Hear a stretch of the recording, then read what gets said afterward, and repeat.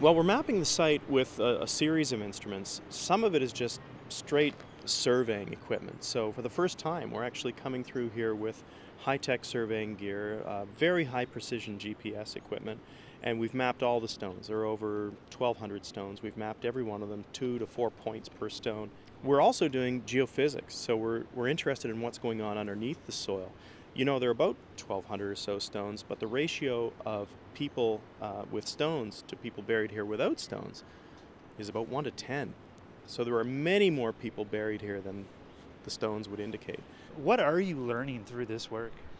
Well, it's fascinating. The number of great historical events that happen here is significant, but what we're seeing is these great historical narratives were experienced at the granular level by people, real people who lived here. And so when you get into those biographies, you get to see how individual lives intertwine with all of these great historical events. Just a moment ago, we were over at one of the stones of a fellow named Moses de la Dernier.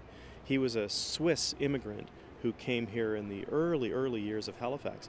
Well, he played a role in the deportation of the Acadians in 1755. He was a go-between between the British and the French. He left a legacy of written documents, including some really interesting historical writings about Acadian farming and social life. He's buried right over there. Well, I think it's most valuable because it's giving context to what this place is. And one of our problems is that people don't know that it's still here.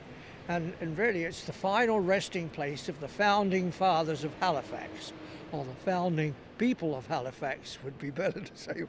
We want to sort of put Halifax in context for people if we can. Yeah, there's all kinds of stories here, not just the graves. So there's 12,000 people beneath our feet. What are we still learning about this site?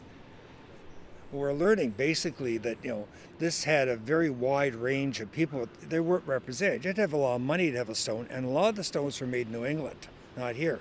So we know we have Indigenous people here. We know we have African Nova Scotia people here, but they're not memorialized in stone.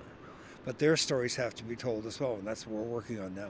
It buried some pretty famous people too. General Ross, the guy that burned the White House in the States, is buried here. And American tourists really like the thought of burning the White House. Just how much is there still to learn about this site, this place? I think we just tapped the surface.